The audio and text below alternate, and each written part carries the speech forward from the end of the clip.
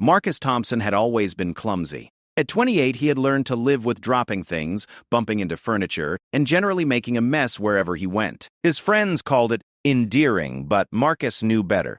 It was embarrassing, especially when it happened around women he found attractive. The downtown sports bar was packed that Friday evening.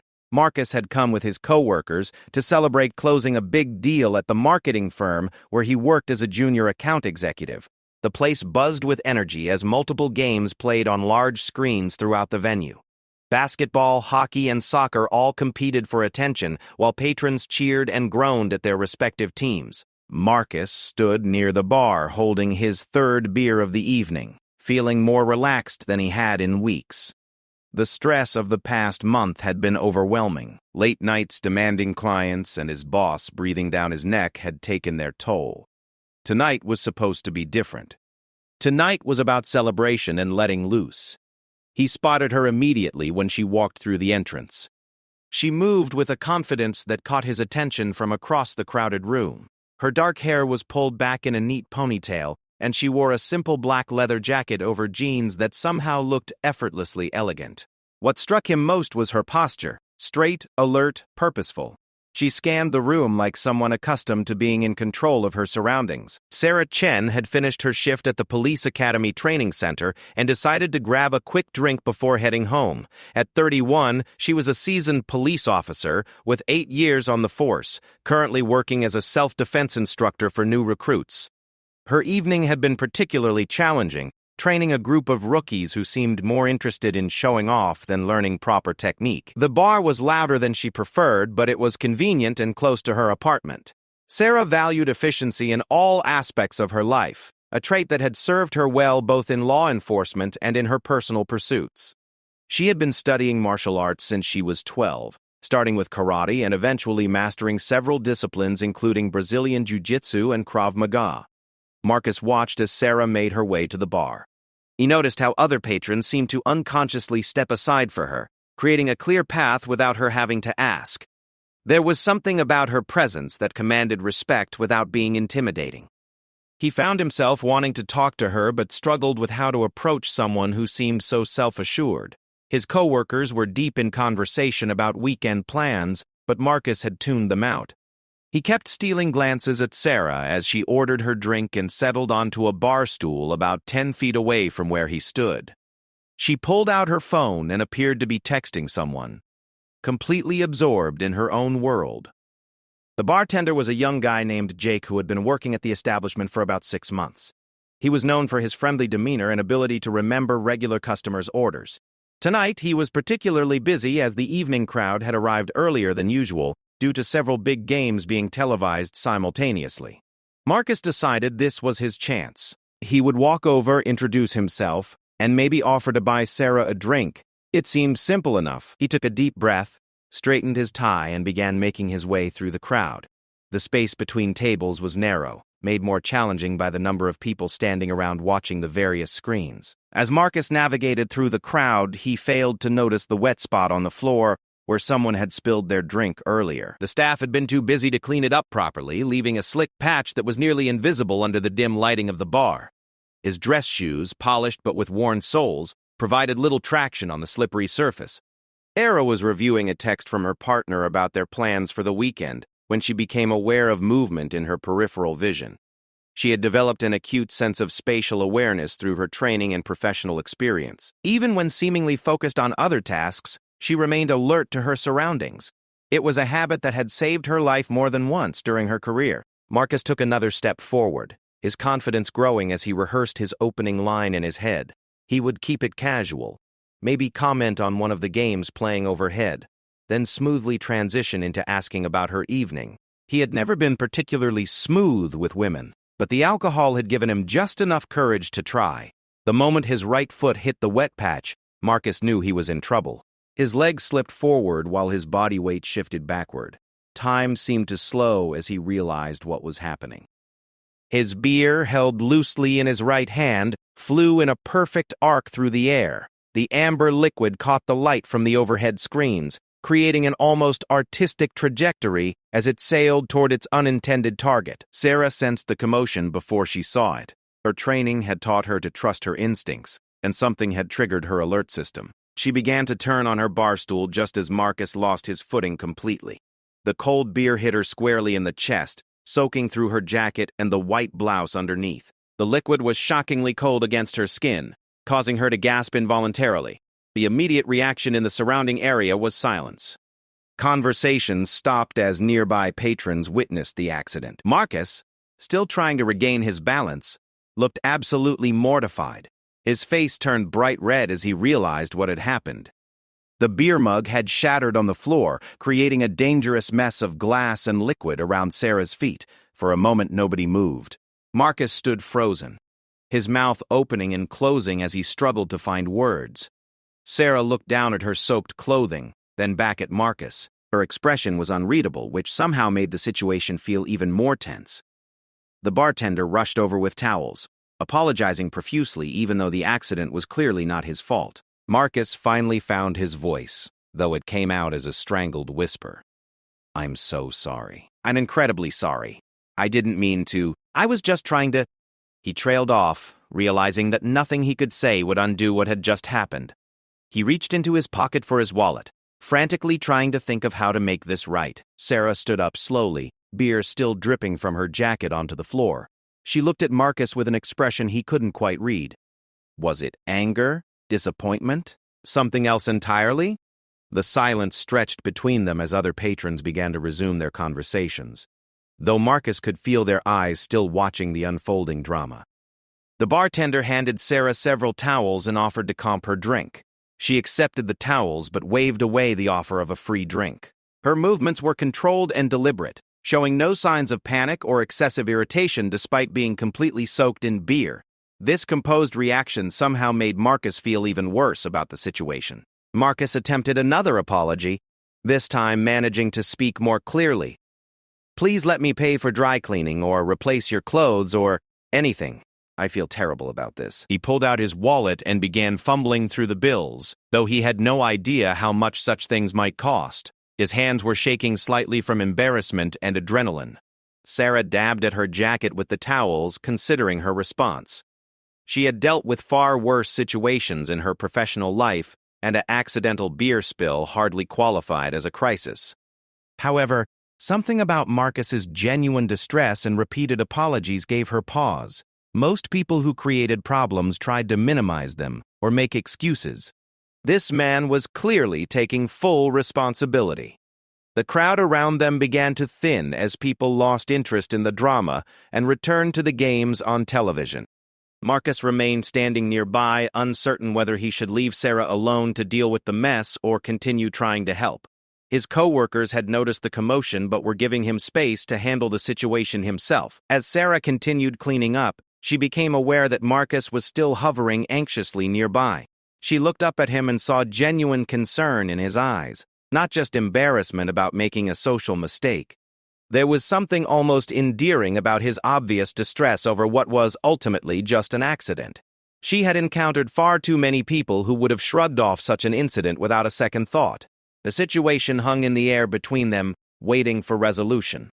What neither Marcus nor Sarah could have predicted was how this embarrassing moment would set in motion a chain of events that would change both of their lives forever.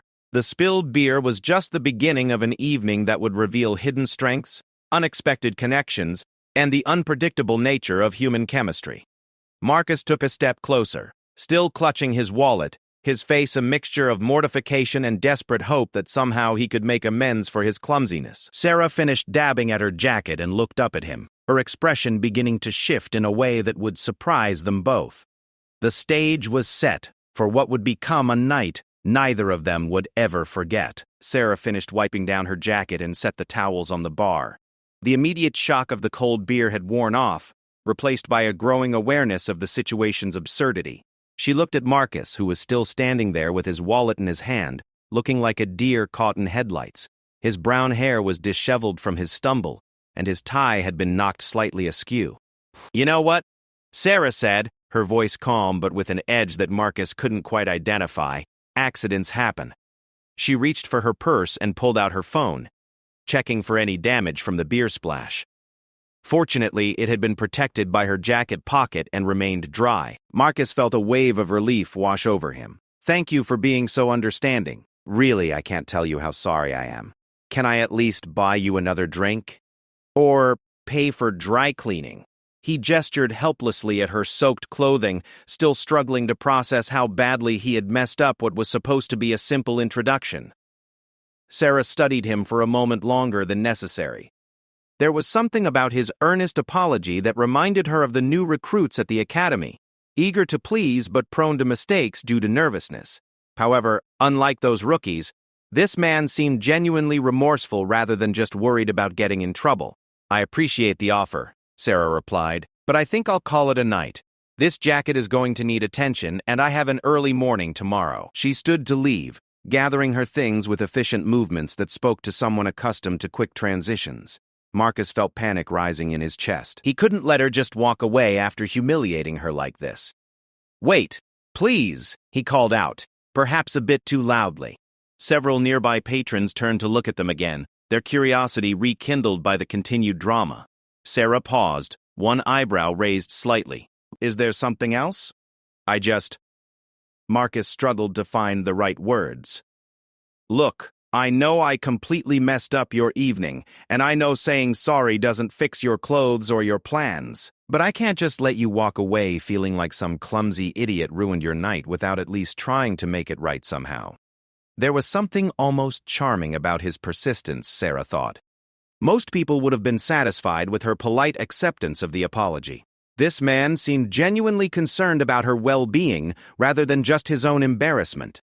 However, his continued insistence was beginning to cross from considerate into annoying territory. "I told you, accidents happen," Sarah repeated, her tone becoming slightly firmer. "I'm not upset about it, so you don't need to keep apologizing." Marcus sensed the shift in her demeanor, but misread it completely.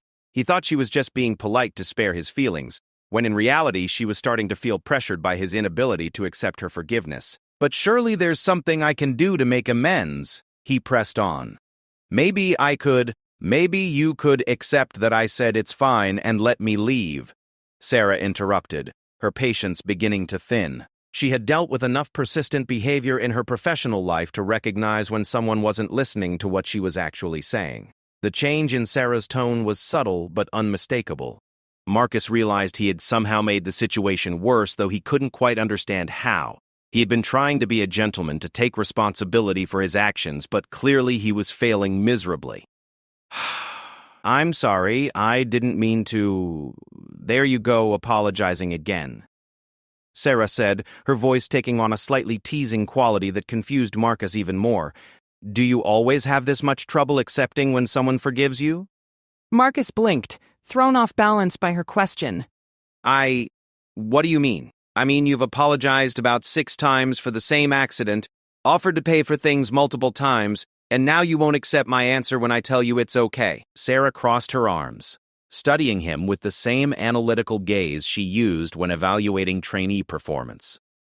"That suggests either you don't believe me when I say it's fine, or you have some other agenda here." The directness of her observation caught Marcus completely off guard. He opened his mouth to deny having any agenda, then closed it as he realized she was absolutely right. He had been using the accident as an excuse to continue talking to her even after she had clearly indicated the conversation was over. "You're right," Marcus admitted, his cheeks reddening again. "I guess I was hoping that maybe if I could somehow fix this mess, I might have a chance to actually introduce myself properly, which probably makes me seem even more pathetic now that I've said it out loud." Sarah's expression shifted slightly. His honesty was unexpected and refreshing compared to the usual indirect approaches she encountered from men trying to get her attention. "So you were planning to come over here before the beer incident?" "Yeah," Marcus said, looking down at his feet. "I noticed you when you came in, and I was working up the courage to say hello. Then I managed to assault you with a beverage instead." Not exactly the smooth introduction I had imagined. Despite herself, Sarah found his self-deprecating humor amusing. Assault with a beverage? That's a new one. In my line of work, we usually deal with more serious offenses. Your line of work? Marcus looked up, curious. "I'm a police officer," Sarah said simply, watching for his reaction. Marcus's eyes widened. Oh, wow. That's actually really cool and also makes me feel even worse about bothering you when you're trying to relax after work. Sarah was surprised by his response. Most men either became overly impressed by her profession or seemed intimidated by it. Marcus appeared to be neither flustered nor dismissive, just genuinely interested. It has its moments, she said. What about you? What do you do when you're not spilling drinks on off-duty officers? Marketing, Marcus replied with a self-conscious smile. Significantly less exciting than law enforcement, but also significantly less likely to involve getting shot at, so I consider it a fair trade. Fair point, Sarah agreed. She found herself relaxing slightly despite her initial irritation. The conversation was becoming more natural, less forced than his earlier desperate attempts at making amends. Marcus sensed the shift in atmosphere and decided to take a chance. Since I've already thoroughly embarrassed myself tonight, would you maybe like to sit back down and let me buy you that drink? Not as an apology for the accident, but just because I'd like to get to know you better. Sarah hesitated. She had planned to go home, change clothes, and spend a quiet evening reading before her early morning shift. On the other hand, it had been a while since someone had managed to hold her interest in conversation, even under these bizarre circumstances. Marcus seemed harmless enough, and his clumsy honesty was a refreshing change from the overly confident men who usually tried to chat her up. "One drink," she said finally. "But I'm keeping this jacket on, wet beer smell and all, just to remind you of your spectacular entrance." Marcus grinned, relief and excitement evident on his face. "Deal, and I promise to keep my remaining beverages well away from you." They found an empty table in a quieter corner of the bar, away from the main crowd watching the games. Marcus carefully carried 2 beers from the bar, moving with exaggerated caution that made Sarah shake her head in amusement. He set her drink down gently, then sat across from her with his own beer held securely in both hands. "So," Sarah said, taking a sip of her drink, "marketing. Do you enjoy it?" Marcus considered the question seriously. "Most of the time. I like the creative problem-solving aspect of it, figuring out how to connect products with the people who need them. It can be stressful, especially with demanding clients, but it beats the corporate law track I was on before." "You were in law?" Sarah asked, surprised. "Law school, anyway. Made it through 2 years before I realized I was only there because it seemed like the responsible thing to do, not because I actually wanted to be a lawyer." Marcus took a careful sip of his beer. "My parents were not thrilled when I dropped out to pursue something more creative." Sarah nodded understanding. "Family pressure to choose certain careers is real. My parents wanted me to be a doctor or engineer. They thought police work was too dangerous and not prestigious enough for someone who could handle medical school. What changed their minds? Time, mostly, and seeing that I was genuinely passionate about the work." Sarah smiled slightly. "It also helped when I started teaching at the academy. They liked being able to tell their friends their daughter was an instructor." Marcus found himself genuinely interested in learning more about her career and background. The conversation flowed more naturally than many first meetings he had experienced. Sarah was articulate and thoughtful, with a dry sense of humor that emerged as she became more comfortable. They talked about their respective careers, their families, their hobbies. Sarah mentioned her martial arts training, which explained her confident bearing and controlled movements. Marcus shared his love of hiking and photography, pursuits that required patience and attention to detail, qualities that seemed at odds with his clumsy entrance earlier. As the evening progressed, Marcus began to relax completely for the first time in weeks. The stress of work pressures and social anxieties faded into the background as he focused on getting to know this intriguing woman. Sarah found herself enjoying his company more than she had expected. His questions were thoughtful, and he listened carefully to her answers rather than simply waiting for his turn to talk. What neither of them realized was that their pleasant conversation was about to be interrupted by an external factor that would test both of their abilities to handle unexpected situations. The evening was far from over, and the real drama was just about to begin. The pleasant conversation between Marcus and Sarah continued for nearly an hour. They had discovered several shared interests, including a mutual love of hiking and an appreciation for classic movies. Marcus had even managed to make Sarah laugh genuinely when he recounted some of his more spectacular workplace mishaps. The beer smell on her jacket had begun to fade, though it served as an amusing reminder of how their evening had begun. Marcus was in the middle of describing a disastrous client presentation when he noticed Sarah's posture change subtly. Her shoulders straightened almost imperceptibly, and her eyes shifted to focus on something behind him. Her relaxed demeanor transformed into something more alert and professional. "What is it?" Marcus asked, starting to turn around to see what had caught her attention. "Don't look," Sarah said quietly, her voice taking on a calm authority that Marcus had not heard before. "Just keep talking normally." Marcus fought the urge to turn around, instead focusing on Sarah's face. Her expression had become completely neutral, but he could see the intensity in her eyes. "What's happening?" "There's a situation developing at the bar," Sarah replied in a low voice. "3 guys who've had too much to drink are getting aggressive with the bartender and some other customers. It's escalating." Marcus could now hear raised voices coming from the direction of the bar, though he couldn't make out the specific words over the ambient noise of the televisions and other conversations. The volume and tone suggested anger rather than simple drunken rowdiness. Sarah was already assessing the situation professionally. She could see 3 men in their mid-20s who had clearly been drinking heavily. They were surrounding a younger customer who appeared to be alone, demanding that he move away from their section of the bar. The targeted individual looked nervous and was trying to defuse the situation, but the 3 aggressors were becoming more aggressive rather than less. "Should we call 911?" Marcus asked, feeling helpless and uncertain about what to do. "Not yet," Sarah said, continuing to monitor the situation. "Let me see if this resolves itself first. Sometimes calling in additional law enforcement can escalate things unnecessarily." The lone customer at the bar was now clearly trying to leave, but the 3 drunk men had positioned themselves to block his path. Their body language was becoming more threatening, and other patrons in the immediate area were beginning to move away from the confrontation. Jake, the bartender, was attempting to mediate, but the situation was clearly beyond his experience level. He looked young and intimidated by the aggressive customers, unsure whether to call security or try to handle it himself. The bar's security guard was nowhere to be seen, probably dealing with another issue or taking a break. "Look, I don't want any trouble," the targeted customer was saying, his voice carrying across the now quieter section of the bar. "I'll just leave." "I'll just have thought of that before you started running your mouth," one of the aggressors replied loudly. "Now you're going to apologize properly, or we're going to have a problem."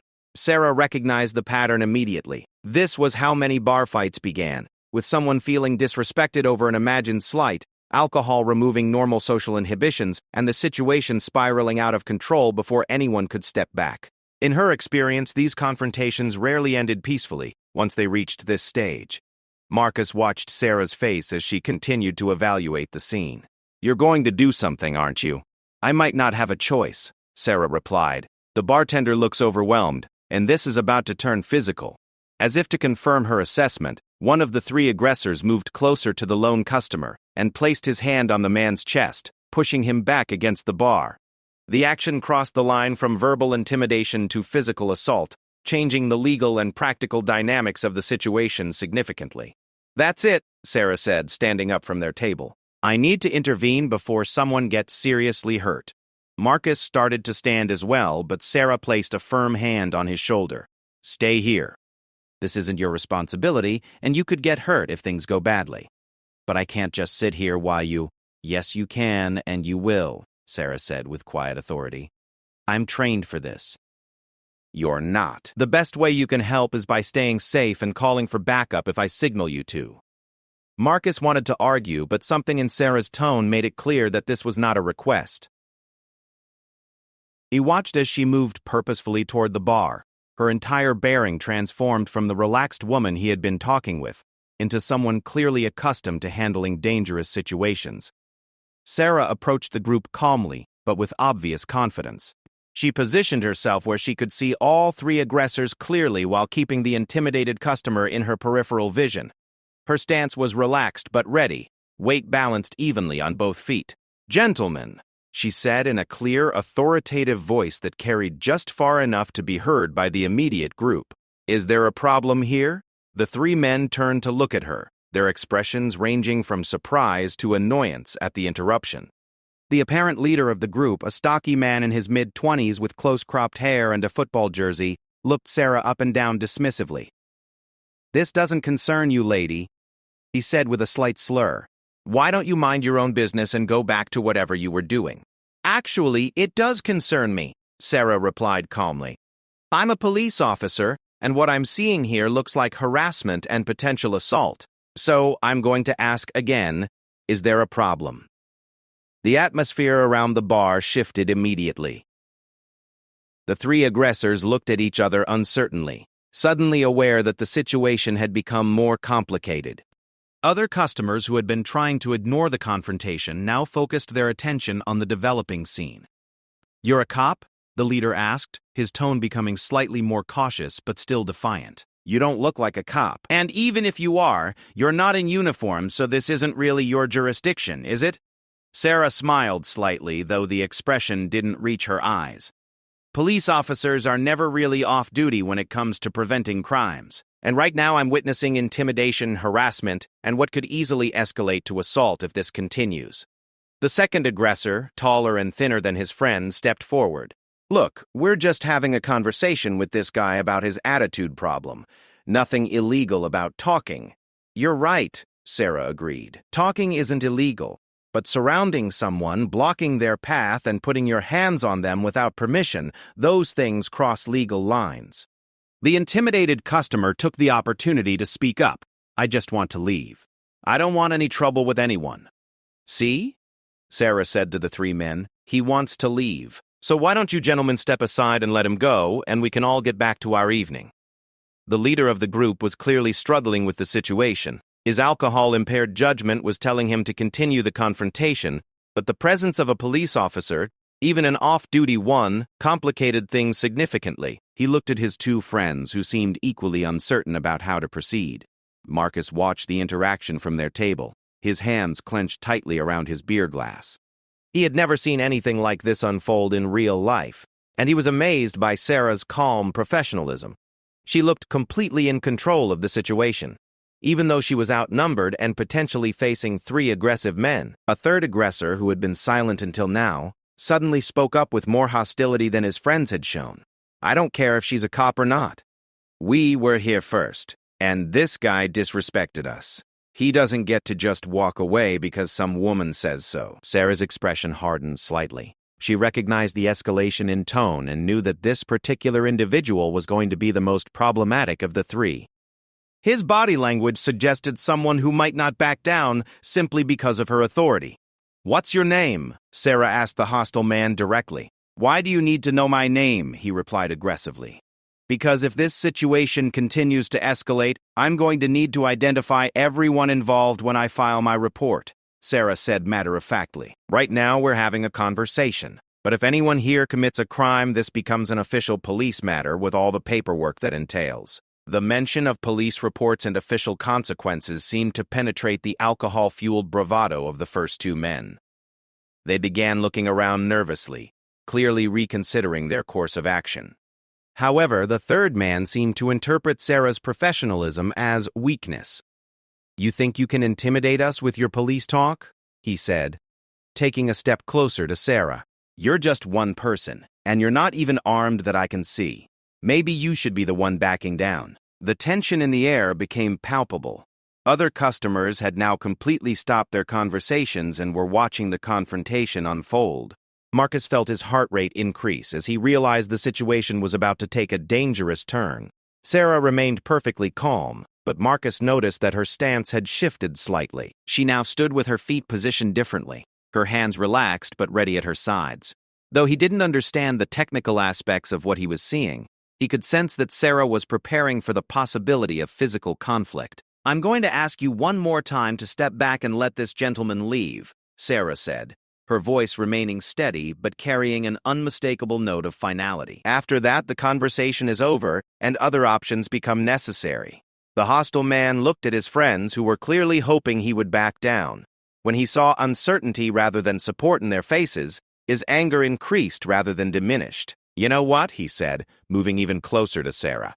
"I think you need to learn some respect." What happened next would forever change Marcus's understanding of both conflict and the woman he had just met. The hostile man reached out to grab Sarah's shoulder, apparently intending to push or intimidate her. What happened next occurred so quickly that most witnesses would later have difficulty describing the exact sequence of events. Sarah's response was immediate and precise. As the man's hand approached her shoulder, she stepped slightly to her left, while simultaneously grabbing his extended wrist with her right hand. In one fluid motion, she used his forward momentum against him, pivoting her body and applying pressure to specific points on his arm and wrist. The movement looked almost effortless, but the result was dramatic. The aggressor found himself spun around and forced face down onto the bar's surface before he could process what had happened. His arm was twisted behind his back in a position that made any movement painful, and Sarah's leverage gave her complete control over his ability to move. The entire technique took less than 3 seconds from start to finish. "Stay exactly where you are," Sarah commanded, her voice calm but carrying absolute authority. The man tried to struggle against her hold, but any movement sent shooting pain through his shoulder and wrist, effectively immobilizing him. His 2 friends stood frozen in shock, unsure whether to help their companion or flee the scene. The speed and efficiency of Sarah's response had completely shattered their perception of the situation. They had expected to intimidate a lone woman. Instead, they were witnessing a demonstration of professional-level defensive skills. Marcus watched from their table in stunned amazement. He had seen martial arts in movies and on television, but witnessing it in real life was entirely different. The controlled precision of Sarah's movements, the way she had used the attacker's own force against him, and her complete composure throughout the encounter were unlike anything he had ever experienced. The bar had fallen almost completely silent, except for the background noise of the televisions. Other patrons stared in fascination and relief as the threatening situation was neutralized so quickly and efficiently. Several people began pulling out their phones, though whether to call police or record video was unclear. "Jake!" Sarah called to the bartender without taking her attention off the subdued aggressor. "Please call 911 and report an attempted assault. Also, you might want to get your security guard, if he's available." Jake nodded rapidly and reached for the phone behind the bar, clearly grateful that someone had taken control of the situation. His hands shook slightly as he dialed, the adrenaline and stress of the confrontation finally hitting him, now that the immediate danger had passed. Sarah looked at the 2 remaining members of the group, who were still standing nearby but looking increasingly uncertain about their next move. "You 2 have a choice to make right now," she said in the same calm, authoritative tone. "You can either sit down quietly and wait for the police to arrive so we can sort this out properly, or you can leave immediately and avoid being involved in whatever charges your friend is going to face." The leader of the original group, sobered by the sudden turn of events, looked down at his friend pinned to the bar and then back at Sarah. "Look, we didn't mean for this to get so out of hand. We were just having some drinks and got carried away." "I understand that," Sarah replied, maintaining her hold on the struggling man.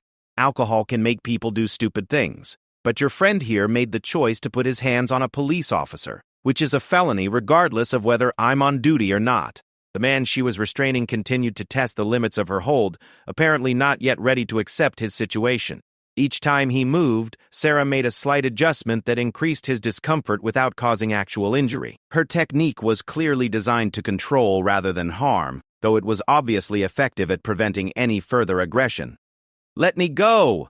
the restrained man demanded, his voice muffled against the bar surface. "You can't do this to me." "Actually, I can," Sarah replied matter-of-factly.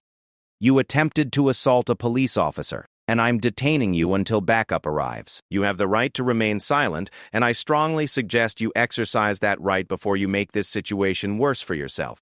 Marcus realized he should probably move closer in case Sarah needed assistance, but he also didn't want to complicate the situation by getting in the way. Instead, he remained at their table while keeping a close eye on the 2 men who were still standing free. His marketing background hadn't prepared him for this kind of crisis management, but he could at least serve as an additional witness if needed. The intimidated customer who had been the original target of harassment took the opportunity to quietly extract himself from the situation. He nodded gratefully toward Sarah as he gathered his belongings and headed for the exit, clearly wanting no further involvement in the evening's drama. Within a few minutes, the sound of sirens could be heard approaching the bar. The 2 unrestrained aggressors looked at each other nervously, weighing their options. The leader finally made a decision. "We're going to leave now," he announced to Sarah. We don't want any more trouble, and honestly, our friend brought this on himself. Sarah nodded. That's probably wise, but I'll need your names and contact information before you go, in case the police need to follow up with you as witnesses.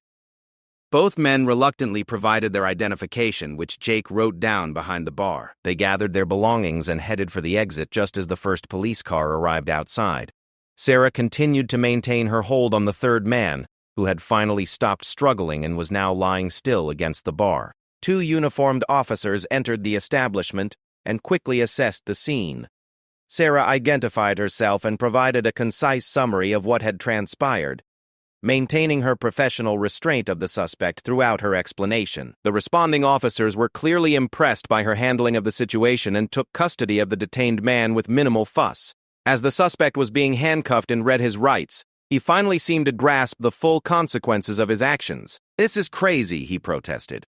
"All I did was touch her shoulder. You can't arrest someone for that. You attempted to assault a police officer," one of the responding officers explained patiently.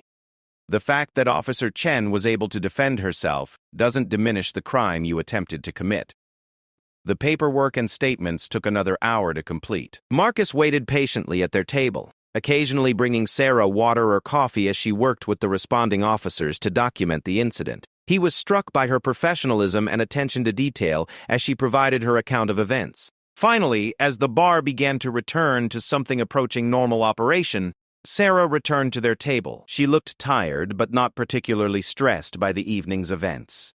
Marcus stood as she approached, unsure how to process everything he had witnessed. "So," Marcus said with a slightly shaky smile, "this has definitely been the most interesting first date I've ever been on." Sarah laughed, and Marcus was relieved to hear genuine humor in the sound. "Is that what this was? A date?" "Well, you did let me buy you a drink after I assaulted you with a beverage," Marcus pointed out, "and you protected me from potentially violent criminals. I think that qualifies as a memorable evening, at least."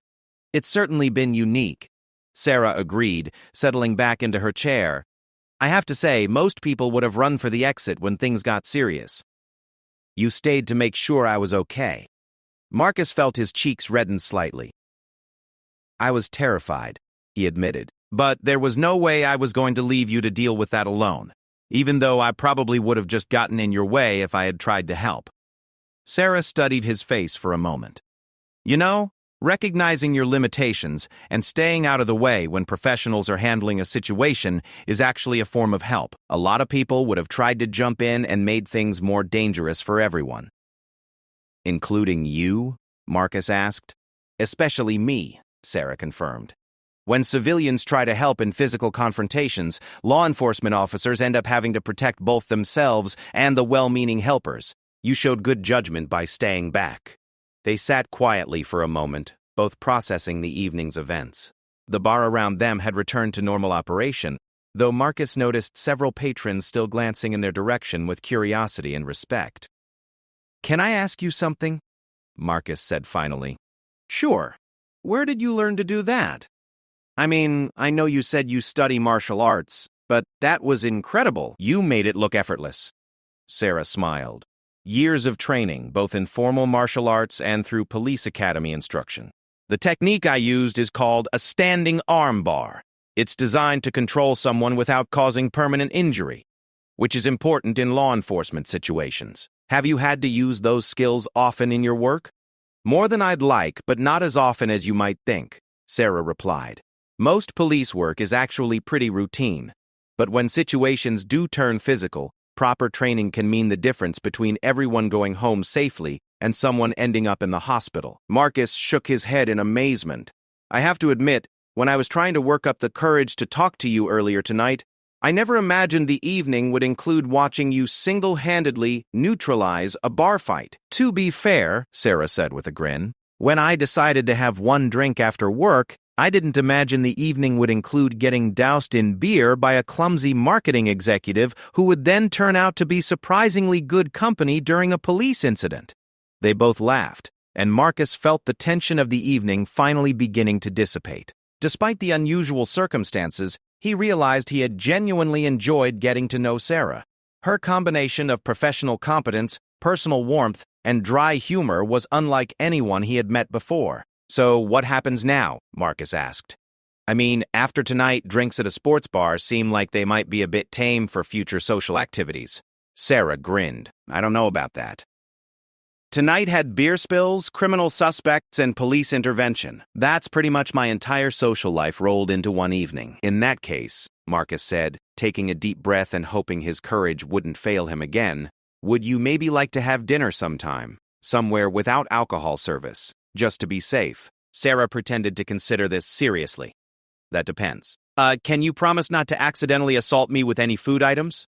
"I can't make any guarantees," Marcus replied with a self-deprecating smile. "But I'm willing to stick to finger foods to minimize the potential for projectile mishaps." "In that case," Sarah said, extending her hand for a proper handshake, "I'm Sarah Chen, and I'd be happy to have dinner with you, Marcus Thompson." Marcus shook her hand, noting the firm, confident grip that matched everything else he had learned about her that evening. "It's a deal. And Sarah, thank you for an unforgettable evening." As they gathered their things to leave, Marcus reflected on the strange chain of events that had brought them together. A moment of clumsiness had led to embarrassment, which had led to embarrassment, which had led to witnessing Sarah's remarkable professional skills in action. It wasn't the romantic story he would have scripted for himself, but it was definitely a story he would remember for the rest of his life. Walking out of the bar together, both Marcus and Sarah knew they had found something unexpected that night. What had started with a spilled drink had revealed character, compatibility, and the kind of mutual respect that forms the foundation of meaningful relationships. Sometimes the best connections come from the most unlikely beginnings.